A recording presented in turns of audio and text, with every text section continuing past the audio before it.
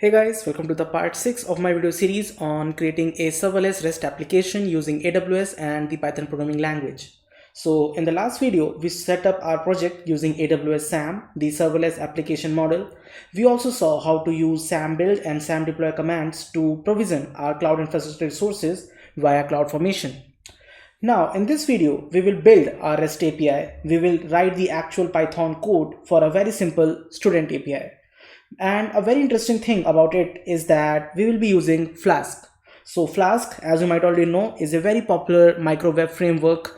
It is a library written in Python and it makes it very easy to create REST APIs. So we will be learning how to integrate AWS Lambda with Flask in this particular video. So without any delay, let's get started. Okay, so first of all, let us see what is the current status of our Lambda function code. So currently what we have done is we have created a very simple function which is taking event in context as input. Now the thing is that the event contains all the details about the request which is coming from the API gateway. If you try to look at your CloudWatch logs, then you will see that this is the dictionary that is coming up to the event input, and it contains all the details about the type of request that was made. For example, HTTP method was post, headers were none, path parameters were something, and so on. So all the data about a particular event is stored in this particular format, right? And event contains all of that. Now the thing is that if you want to use Flask, then you have to do some kind of conversion of event to an HTTP request. So event is not understood by Flask as it is. You need to convert your event object into a kind of an HTTP request. And also Flask needs a server to be always running, and that is not the case here. So due to these two limitations, what we're going to do is that we're going to use a third-party package called Flask Lambda. So Flask Lambda, this particular package, is able to translate your Lambda event input into an HTTP request, and also it is able to make you use Flask directly in your code, right? So what we're going to do is we are just going to install it in our virtual environment first of all. So let me just install it, and then we are going to see how to use it. So here are the instructions of how to use it. So all you need to do is you need to import Flask Lambda from the Flask Lambda package, and then you need to create an app object. So generally what you do in a Flask project is that you create an app object of Flask class, but here you have to use Flask Lambda class, and then everything is almost same. So let us try it out. So I'm just gonna remove everything from here, and then from Flask Lambda import Flask Lambda, and then I'm going to create an app object which is Flask Lambda. The name of my app object will be the name of this particular file. So now this is done, and now what I'm going to do is I'm going to create an app route like this, in which let's go with slash first of all, a very simple one, in which I'm going to define a function, a Python function, in which I'm just going to return something. Now what do I have to return? Now, in order to understand what we have to return, let us try to understand what is happening behind the scenes in Flask Lambda. So let me just open this class.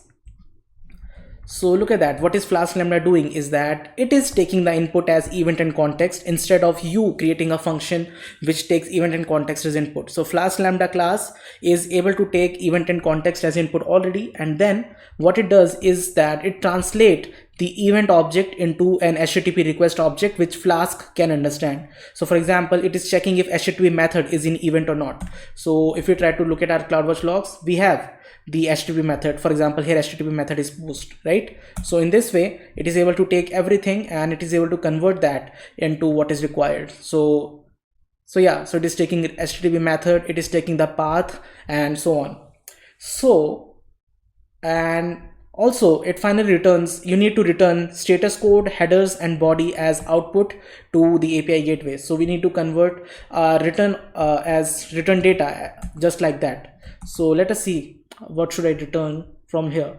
So it expects you to return three things. First is your message body, the response body, then your response code, and then the type of the data that you're returning. Okay, cool. So let us do this. So I'm gonna do return, and I have to return three things as a tuple for now. So first of all, the data is equal to let me call it hello world, right? So or better, let me make it like this.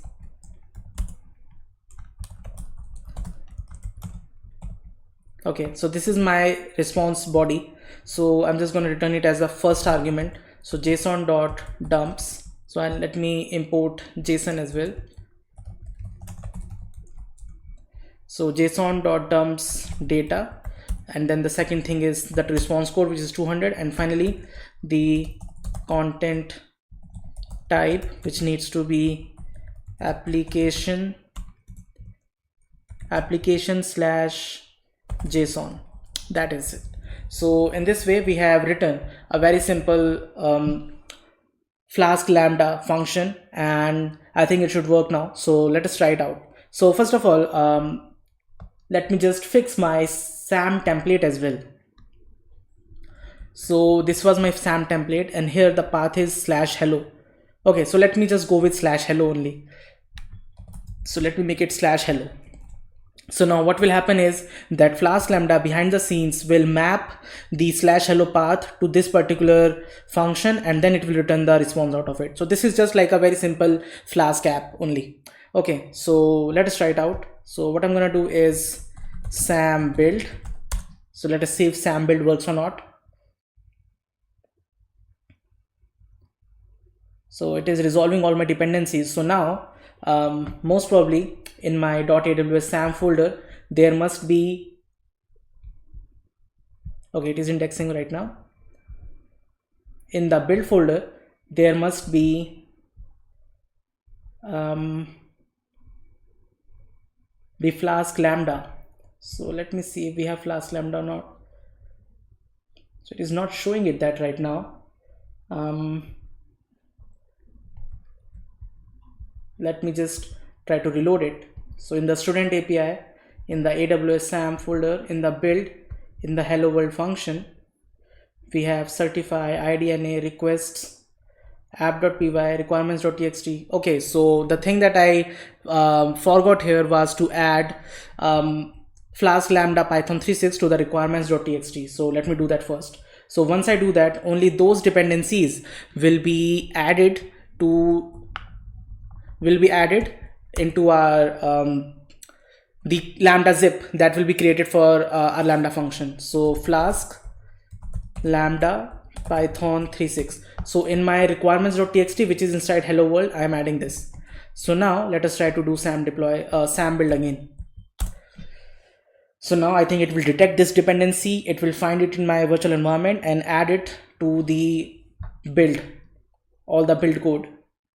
Okay, so let us try to see.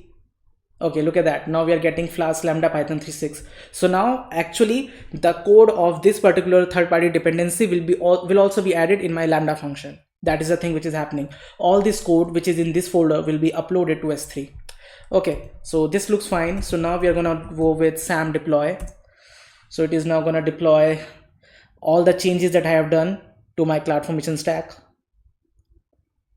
So all the code was uploaded to S3, and the S3 path has already been embedded in the CloudFormation template. Deploy this change set. So let us see what all is going to change. Only my Lambda function and my API are gonna change. Okay. So update is in progress. So you get all the information about the events that are happening in CloudFormation here only. Okay, it's cool. So this is done. So let us try our Lambda function. Let us see if it is working fine or not. So what I'm gonna do is I'm gonna go into my student API.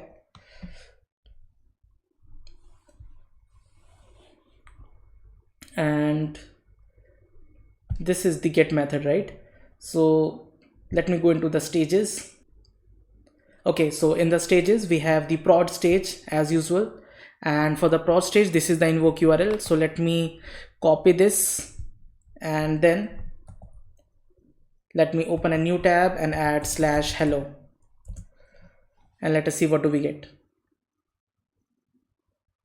Okay, so we are getting internal server error. So let us check our CloudWatch logs.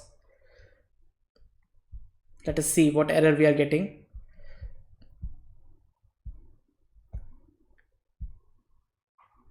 Lambda handler missing. Okay, so we did a mistake, a small mistake, but a kind of a mistake which you should understand and should always keep in mind. So the thing is that in our template we forgot to update this thing. So in app.py there is no function called Lambda handler, and I actually need to call my app object only, this app object. So that's why I have to fix that as well. So in my template.yaml I will make it app.app. Okay, so this was the problem. The handler was not correct. Handler means the function which is going to be called by the Lambda function in your code. So yeah, so let me just do sam build and sam deploy. So you can always use this double end command to run both the commands one by one. Okay, so sam build and sam deploying again.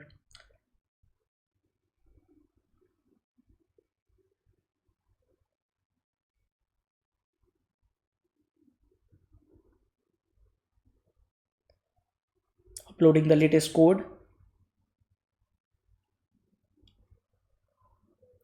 And now creating the change set for the CloudFormation stack, like what all changes are there, and I'm gonna approve that by doing yes. And finally CloudFormation is updating my stack. Okay, so this is done. So let us try our API again. Okay, look at that, we got the message hello world. So in this way we are able to get the data correctly, right? So yeah, so this is working fine and our API is working fine. So in this way we are able to integrate Flask into our Lambda function and it is working perfectly fine. So in the next video what we'll be doing is that we'll be adding the actual student APIs, and we will also try to integrate DynamoDB because we'll be needing some data store where we'll be keeping the actual student data, right? So in the next video we will try to learn a bit about DynamoDB, and once we have learned that we will add some more routes here, some more APIs here for the student API. Okay, we will add some more operations. So yeah, so if you still have any doubts related to this integration of Flask with AWS Lambda, you can put them in the comment section below. And that's it from this video. Thanks for watching.